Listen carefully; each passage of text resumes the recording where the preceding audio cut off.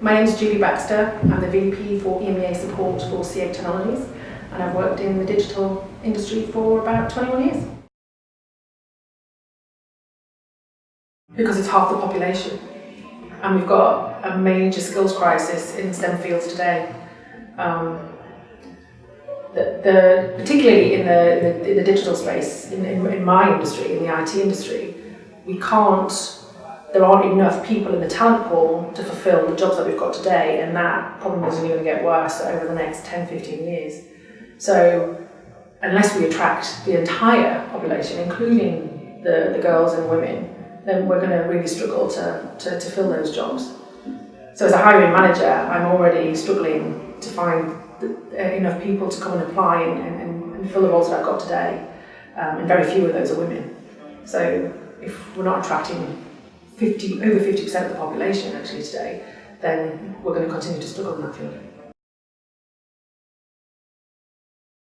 Resources from an education point of view, that's a hard one for me to answer, but again it's going to be things like giving teachers access to the information of the business world, so they can go and talk to all of their students, male or female, about what's out there and what's available. But teaching those teachers as well about how to address that gender gap, and making sure that they, like training like this, for example, and giving them exposure to STEM careers and STEM businesses, so they can then take that back to the classroom and have that conversation with them, so they can talk from a position of knowledge about some of the careers that they know exist out in the marketplace, but also helping them visualise what careers may exist in the future that don't exist today. If you think about the jobs that exist today that didn't exist when we left school, it's vast, and the jobs that don't exist anymore are even more important. So it's kind of helping kids to kind of think maybe 5, 10, 15 years in the future and thinking what's possible, and as they move through their academic career. What advice would I give to girls? So the advice I would give to girls who are going after a STEM career is, it's how many options it opens up for you. It's really hard because we ask these kids to make their mind up about what do you want to do for the rest of your life, and they're not even 16. So it's a really hard. I remember having those conversations when I was 16.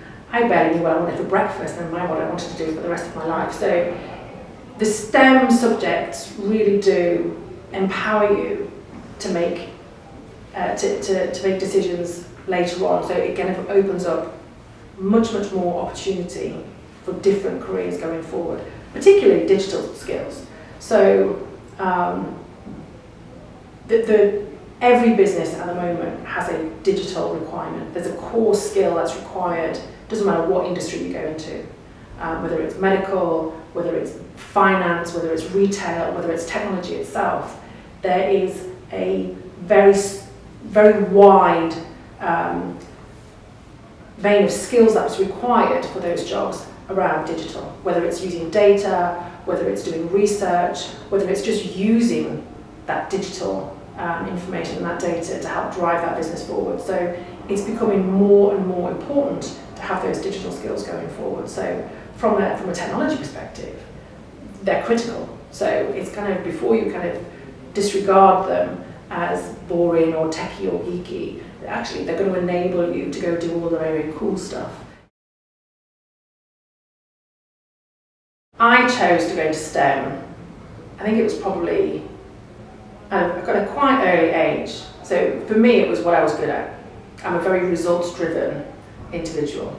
I was never very good at English, but I was always good at maths, I was always good at computing, I was always good at biologies. So biology particularly, they were my subjects of my strength.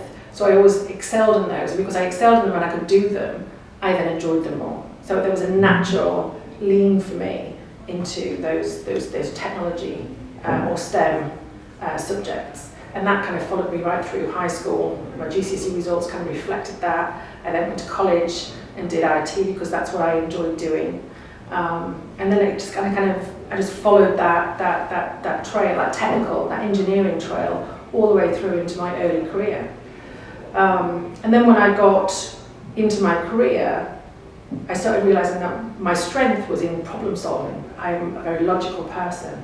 So when it came to coding when I was an engineer, or when it became troubleshooting when I was a support engineer, it was all about problem solving, it was all about solving the puzzle.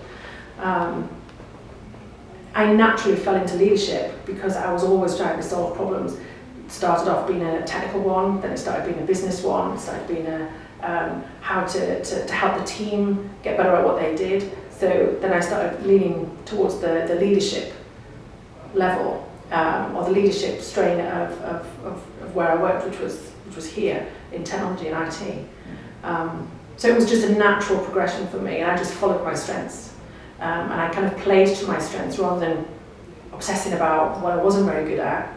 And obviously because I played to my strengths, my results came in, and obviously that's what was motivating for me. I had two major influences when I was in that early education, early secondary. One was my mum, who was a working mother. She was a nurse by trade. That's what she trained to do, but she'd evolved into, she kind of reinvented herself, and she went back to school and she kind of retrained, and then went off to she did medical sales, and then she evolved from that to do, she did a foundation course at university, did psychology, and she ended up being a specialist in autism. So she was one of the SMEs in the northeast of England for the autism field. So she was one of my influences, and she kind of helped me see what was my potential was.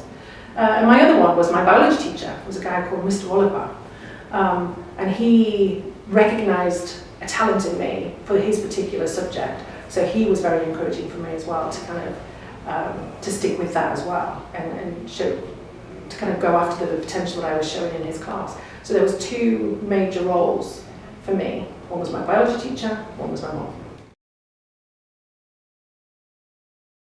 Throughout my career, so I've worked over 20 years in software, in the IT industry.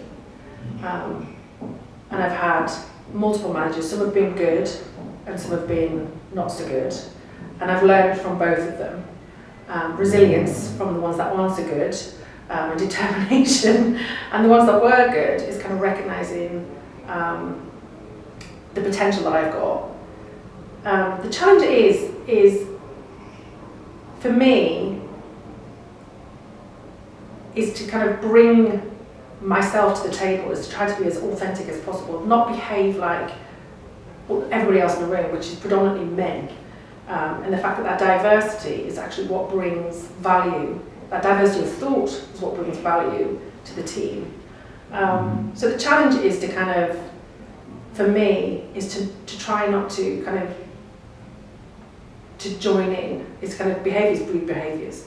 And if the norm in the room is predominantly male, is try not to start acting like everybody else. It's to be authentic and to kind of allow yourself, enable myself to be myself. And that's been a challenge for me throughout my career.